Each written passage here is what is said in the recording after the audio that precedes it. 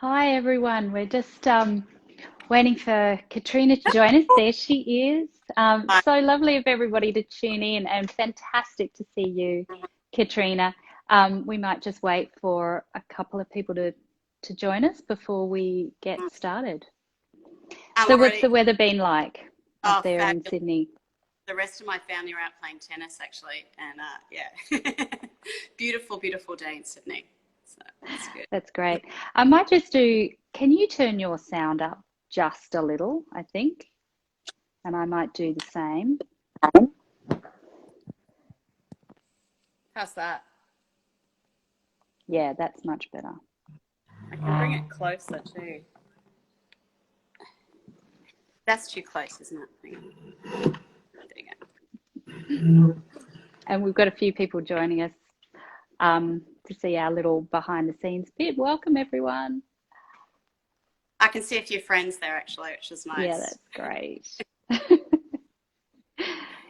So if anybody does have a question for Catriona, then feel free to just jump on and ask us or ask her anything about interior design and research. And I've obviously got a couple of questions that I wanted to ask you, Catriona, based on the fantastic posts that you've been doing for us this week. Thanks. And thanks so much to Canberra Modern for having me host. It was a lot of fun. It was great. All right, shall we get started? So fantastic. Catriona Quinn's with us live here at Canberra Modern. This is the first time we've done one of these live interviews, and it's fantastic to have Catriona join us. And also, as a culmination of our first ever takeover. So thank you for literally jumping in the deep end with us, Catriona, and joining us to celebrate World Interiors Day, which is turned into World Interiors Week. And I can't think of anybody we wanted to share that opportunity with more than you, because you've been a great fan of Canberra Moderns, and obviously you have a wealth of experience in terms of interiors and mid-century. And this afternoon, I wanted to delve into some of the ideas and questions that you sort of hinted at in some of your posts this week, but also learn a little bit more about the Society of Interior Designers Australia. It's not something that I knew about until you'd introduced me to it.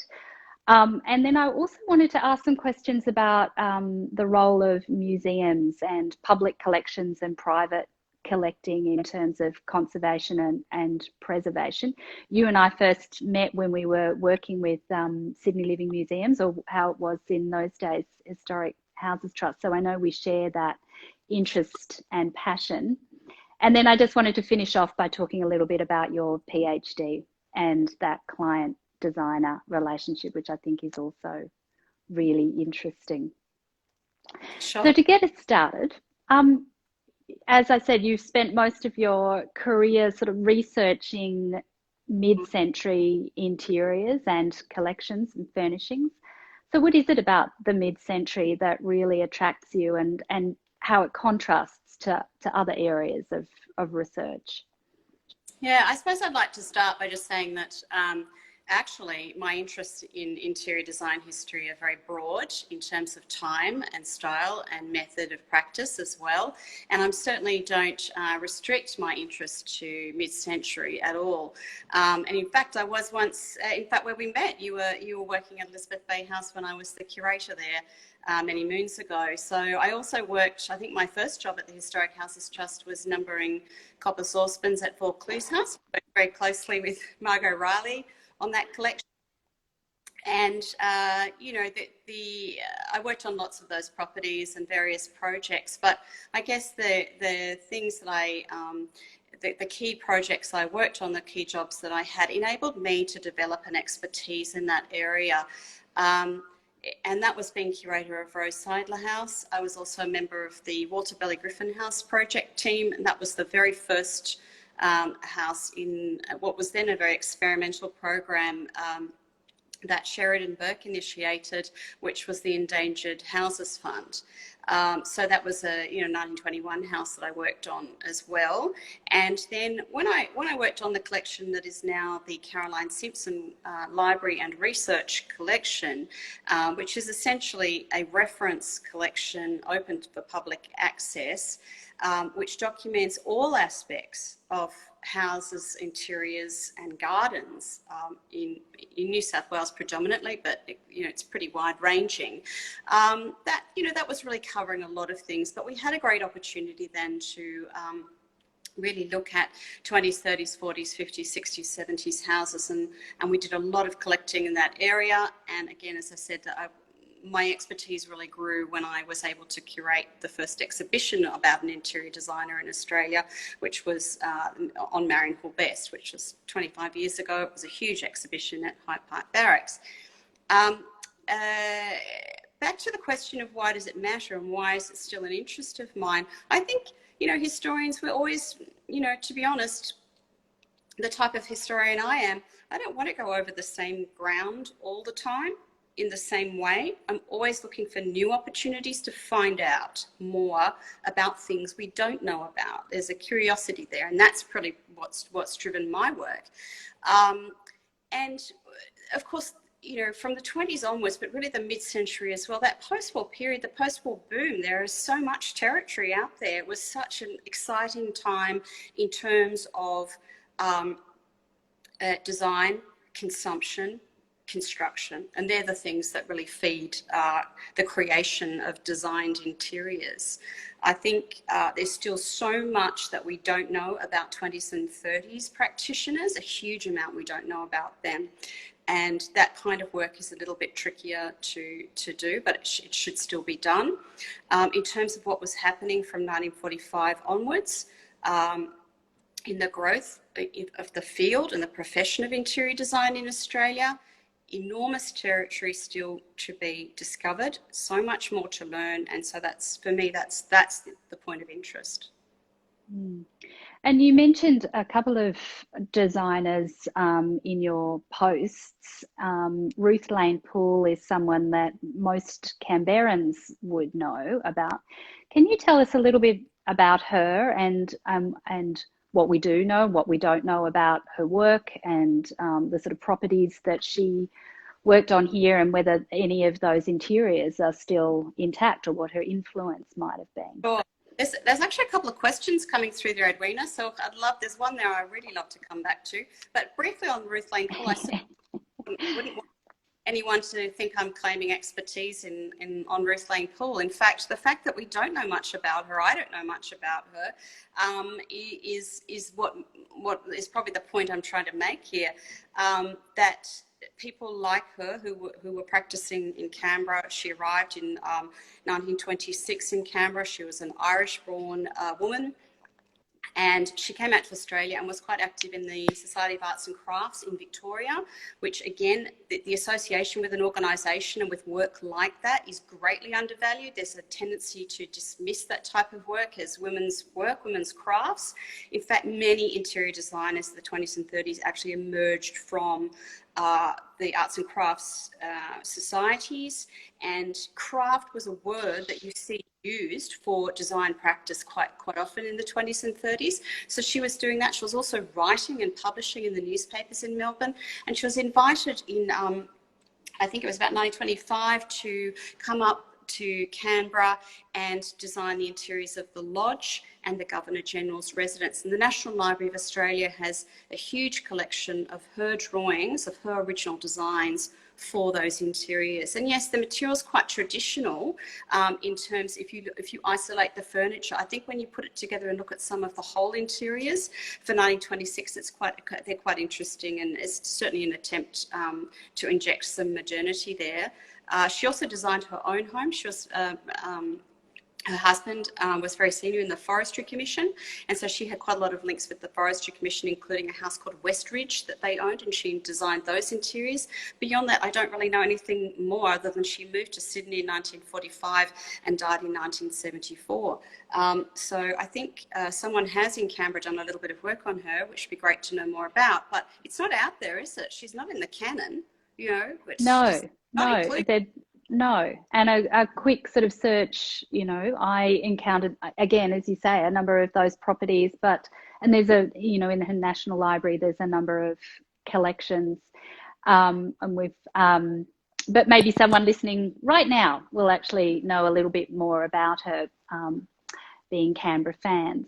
So we did have a question early on, which was one that I also wanted to ask you. And again, you mentioned a number of designers in your feed, and just now Marion Hall-Best, possibly really well known, partly because of her extraordinary work, but I think probably, as you would say, because there has been some research done on her. So who are those designers in your view who do deserve a bit more attention in terms of research, in order to really understand what they brought to the design field at the time, and what their lasting legacy might be?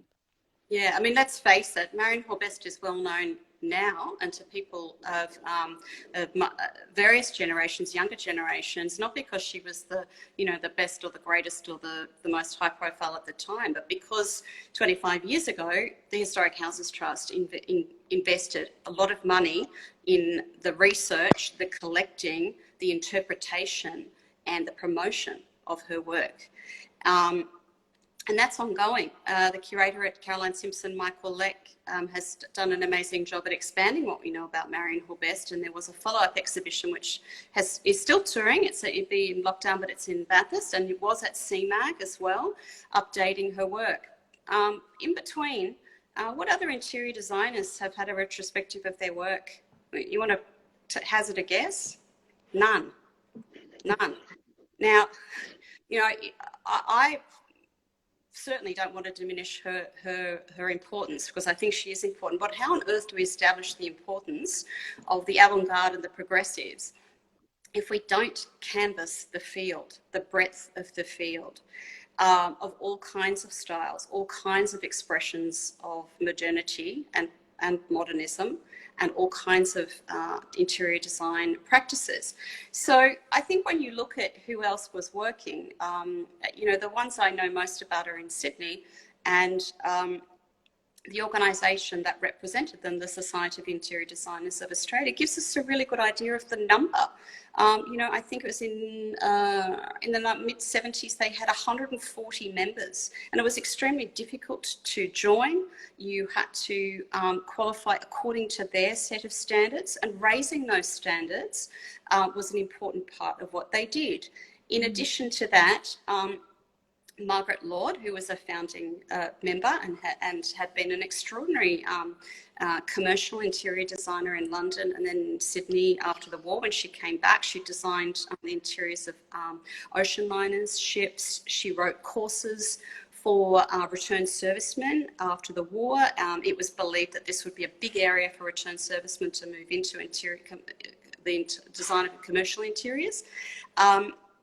She addressed the Royal Australian Institute of Architects in 1957, and she got heckled by Sam Lipson. And so he said, how does it feel to be the fetch and carry man for the architect?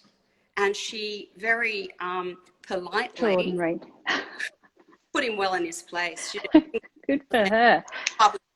In the RAI magazine, Architecture. And one of the things that's always caught my attention about her reply, as she's addressing this group of architects, she said, well, everybody here knows that all the big architecture firms employ interior designers on their staff. Who were they?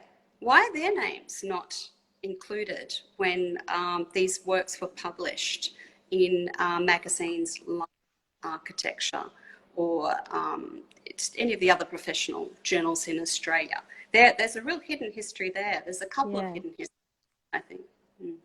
So I want to move on to that, but first of all, fantastic that so many people have joined us. Thank you. And if you've just tuned in, my name's Edwina Jansen. I'm one of the co-founders of Canberra Modern, and today I'm talking to design historian and curator Catriona Quinn, who has done our first ever Instagram takeover looking at Australian interior designs from the mid-century. Catriona, I wanted to get on to the Society of Interior Designers Australia and the work that you were doing in the collection of the Sydney Living Museums. And I guess tease out, you know, as you were sort of hinting at just earlier, who were they? Why did they form? And I'd love to know more about the rooms on view aspect, because I don't think we have anything like that now. So what was CEDA? Yeah, so CIDA, as they called it, CIDA, yeah. the Society of Interior Designers of Australia. It was the first professional body representing interior designers and decorators, and they didn't distinguish between those two names. I think we don't want to measure that by today. Interior architects or interior designers might wish to differentiate themselves from someone who might, you know, their occupation might describe themselves as decorators. But at that time, in the 50s, there was a lot of crossover between those jobs. It was fluid. So they didn't discriminate on those names, so they did discriminate very carefully about who was allowed to join.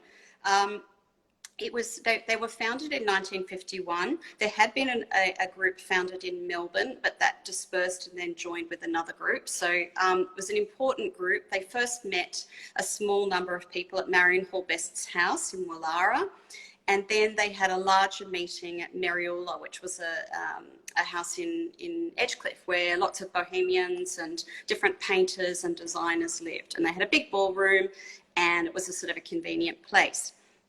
So there were people like Margaret Lord, who I've mentioned already, Mary White, who I mentioned in one of my posts, incredibly important woman in her contribution to education in interior design practice, and also to writing and publishing. She wrote for Australian Home Journal for a long time.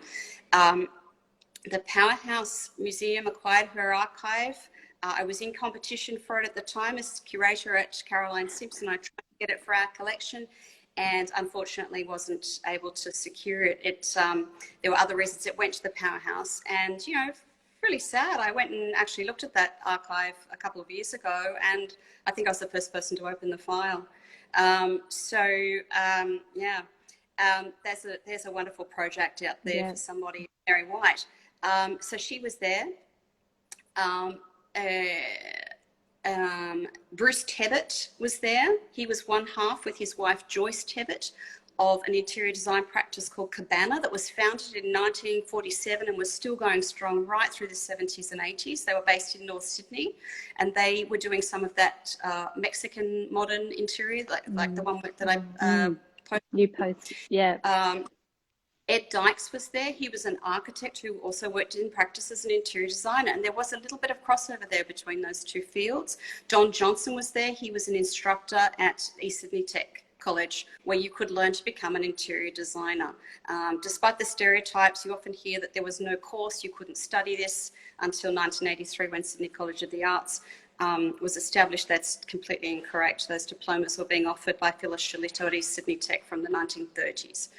So they were all there, and, you know, they wanted to. Barry Little later said, you know, we need to operate from a position of strength, not from a position of weakness. And so they're trying to shore up the profession by formalising credentials. So yes, there were different courses you could do, but they were without a university degree. I think they always felt they were just a little step behind the architects in terms of that kind of academic authority, that academic stamp of approval. And so instead, they made their own rules. They made their own set of parameters of what was an interior designer, who could be one, how you could operate, what kind of ethics you should practice, what you should charge, all kinds of things like that. And then progressively, they became more and more involved in training and education. And then with international links, including with affiliation with the IFI, who are with the instigators of this World Interiors Week. Yeah, yeah. So tell us a little bit. Yeah. Yeah, sorry. I add to that the finding aid. What is a finding aid? So a finding aid is a way that museums and libraries draw together multiple disparate types of collections and attach them to interpretive material and historical information, and some places do it better than others, and Sydney Living Museums has some really good ones. So I was able to do the research and write the historical interpretation for that, but it then links you to all kinds of bits and pieces of material that relate to cider from all over that museum's collections. So Rooms on View, you wanted me to talk a little bit about that? Yeah. And then also, where could people access the work of these people or the furnishings that they were sort of proposing for their clients? So when we said Rooms on View, these were groups of display rooms, model interiors. They were really large. And they would be held in very public places, very accessible places like Farmers, the department store in Sydney, their Blaxland Gallery, or David Jones, or the Daily Telegraph newspaper had a huge showroom that they could use. And they would usually partner with a charity, often the Royal Blind Society, and they would, the whole point of it was to publicise their work and to help the general community, the general public, understand what an interior designer did and what could be done if you engaged a professional to create a design space. And, I think it goes back a long time, these connections between charities and artists and designers. There's quite a lot of overlap in what they were doing, because the charities themselves were holding huge, spectacular fundraising balls every year. So sometimes the designers would then design the whole ball, black and white thing, or and one night in Morocco, that kind of thing. So they would have 10 designers, and they would finance it themselves, and they'd spend a lot of money on this. And thousands and thousands of people would walk through them. So when I say they're underestimated in terms of their impact, normally, the general public would not actually get to see what these rooms looked like, the rooms of a person who would commission an interior designer, and that some of that included the most cutting edge, furniture from overseas, the newest fabrics, or it might include custom made furniture and custom made fabrics and materials and that kind of thing. It might include great artworks as well. So it was something that really attracted people, and there was an element, of course, of fantasy about these rooms, and an element of voyeurism, because they were always couched around a celebrity. So a room for Sonia McMahon, or a study for Morris West, or that kind of thing. Yeah, and I guess we don't have anything like that these days. We've got museums and art galleries that put on displays in the same way. And I was just sort of thinking about what the roles and responsibilities of those public collections might be. And sometimes in the sort of fashion collecting and presenting field, people talk about the role of museums now as the new tastemakers, as well as sort of magazines and shops and things like that. Do you think it's the same now with the sort of, the rise in mid-century modern, Yeah, I'm not sure that I would see fashion in museums as a tastemaker role than pretty effective commercial partnerships often. I think that's, to be honest, that's what that's being get people through the door. And the potential for commercial partnerships in those is incredible. But you often now see the designer themselves curating the exhibition. It's not quite the same. No. And I'd also say that art museums and galleries don't present interiors and furnishings and furniture the way that these were presented as display rooms by interiors designers, where the entire thing, the floor, the ceiling, all the walls, everything was designed. You only have to look at spaces like Marion Hall Best's room for Peter Sculthorpe to see how very different that is from what you normally see in a gallery, which is a chair on a plinth. It's a really nice way of tidying up interior design, isn't it? Get rid of all the messy stuff, get rid of the fabrics, get rid of the floor coverings, and get rid of the client, and you've got a nice, clean, tidy chair on a nice white background. I'm not a fan, obviously. I Yeah. think some people do it better than others. I've seen some fantastic pictures of displays at the Archaeology South Australia, for example. I think Sydney Living Museum does it really well. I was so excited if anyone else saw the Other Moderns exhibition, the recreation of the Schwartz living room in Bellevue Hill, Yeah. which I'd researched and written a book chapter on. That was fabulous. And to me, there's no substitute. You couldn't put that chair on a white plinth and get the same understanding of the context as you did when you start to colour in both literally and figuratively the history. Yeah. Yeah. Yeah, that's right. So we've just got another couple of minutes to go, Catriona, and we've had some really interesting questions, including a question from Other Moderns. Langdon Badge, she asks, from Adelaide, a designer that she's just learnt about, someone working in the 1950s and 60s. Have you heard of that designer? No, but what I will do is, and encourage Other Moderns to do, is to check. CIDA had sub-branches in interstate, and their most active was in Brisbane, but they also they were also in Adelaide as well.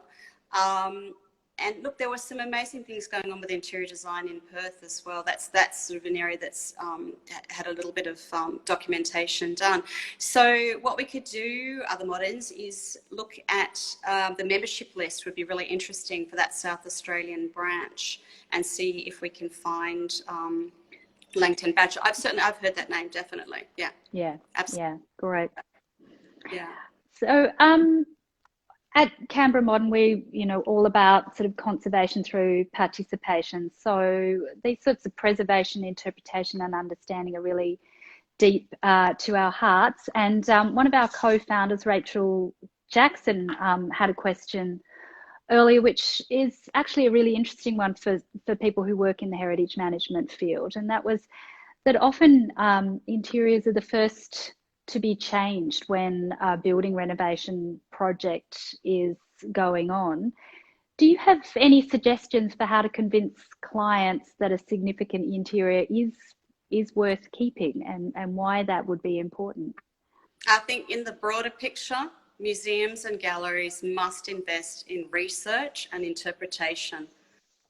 People were chucking out plenty of Gordon Andrews and Marion Hall Best designs and all that until these things came to attention. And 92, 93 were big years for that. The Marion Hall Best exhibition that we did at Historic Houses Trust, and also the Australian Dream exhibition at the Powerhouse, was huge for attracting attention to those designers' work. And that was followed fairly swiftly by the Gordon Andrews exhibition, A Designer's Life.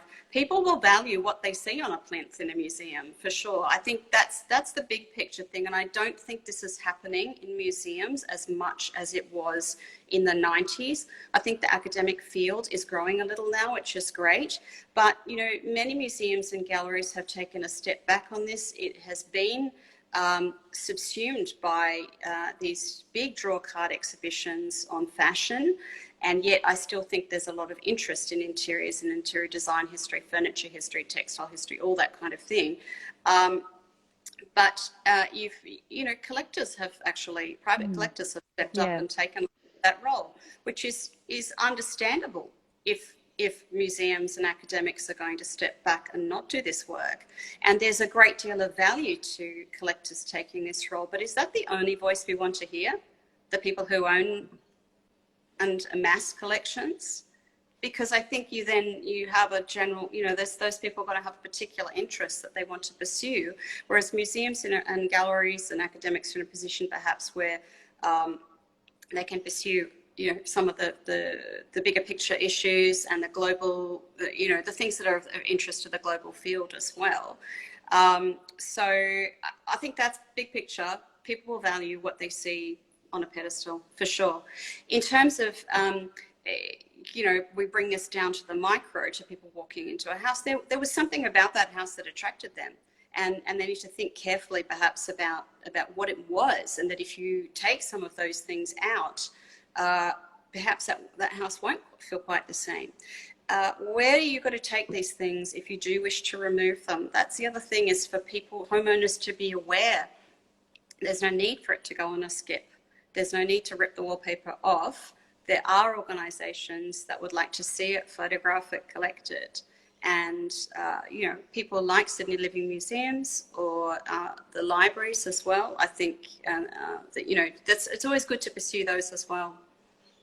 And certainly what we find here at Canberra Modern is that, people have a genuine interest to go and see really great design, no matter what era it's from.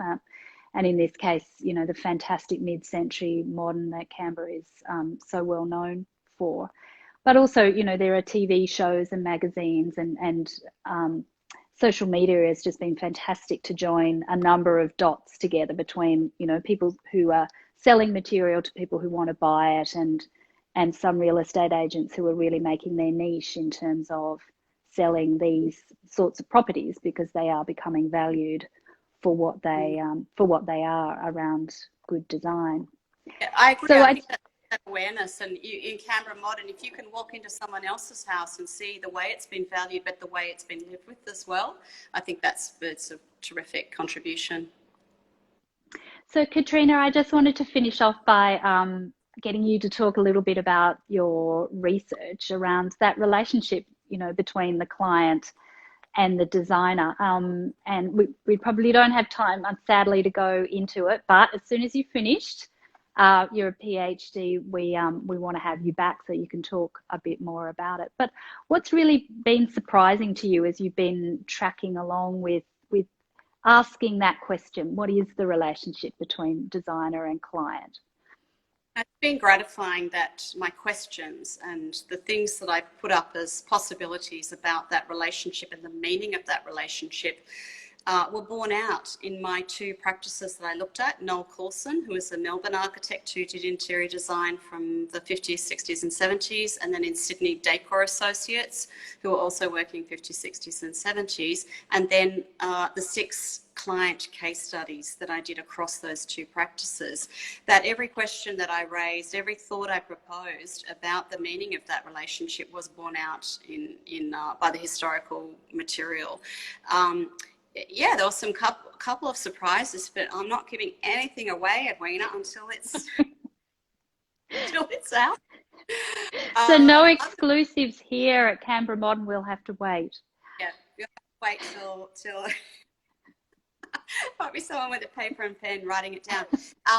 But I'd say this, that about that relationship, it's about the exchange of capital, and it's about the way people express themselves, their aspiration, their identity through their interiors. They're the most personal. Pierre Bourdieu said that your clothes and interiors are the most important ways that people betray themselves in a way that's a bit masked, but we betray ourselves. We betray our past, our interests, our hopes through all of those things. These are legitimate fields of cultural production, design spaces, designed interiors. Yeah. And they're worth so much more serious attention by the field. Definitely. There's no question to me about it. Yeah. And we've been spending so much more time in them right now, which is making us really think about, the emotional attachment we have to those and how they work. So absolutely fantastic, Catriona. We'll have to hold that thought for another little while till we can invite you back to join us. Excellent. That's fantastic. So I wanted to thank you in particular for being a part of the interview today, and of course for doing our takeover. It's been really fascinating. And I want to thank everybody that's joined us here at Canberra Modern. So as I said, my name's Edwina Jans. I'm one of the co-founders and creative directors of Canberra Modern. So thank you so much for joining us, and I hope you have a good afternoon. See you later, Catriona. Thanks, Edwina. Can't wait to be back live at Canberra Modern, really live next year. I'll be there. Yeah, fantastic. We can't wait either. Thank you. Bye.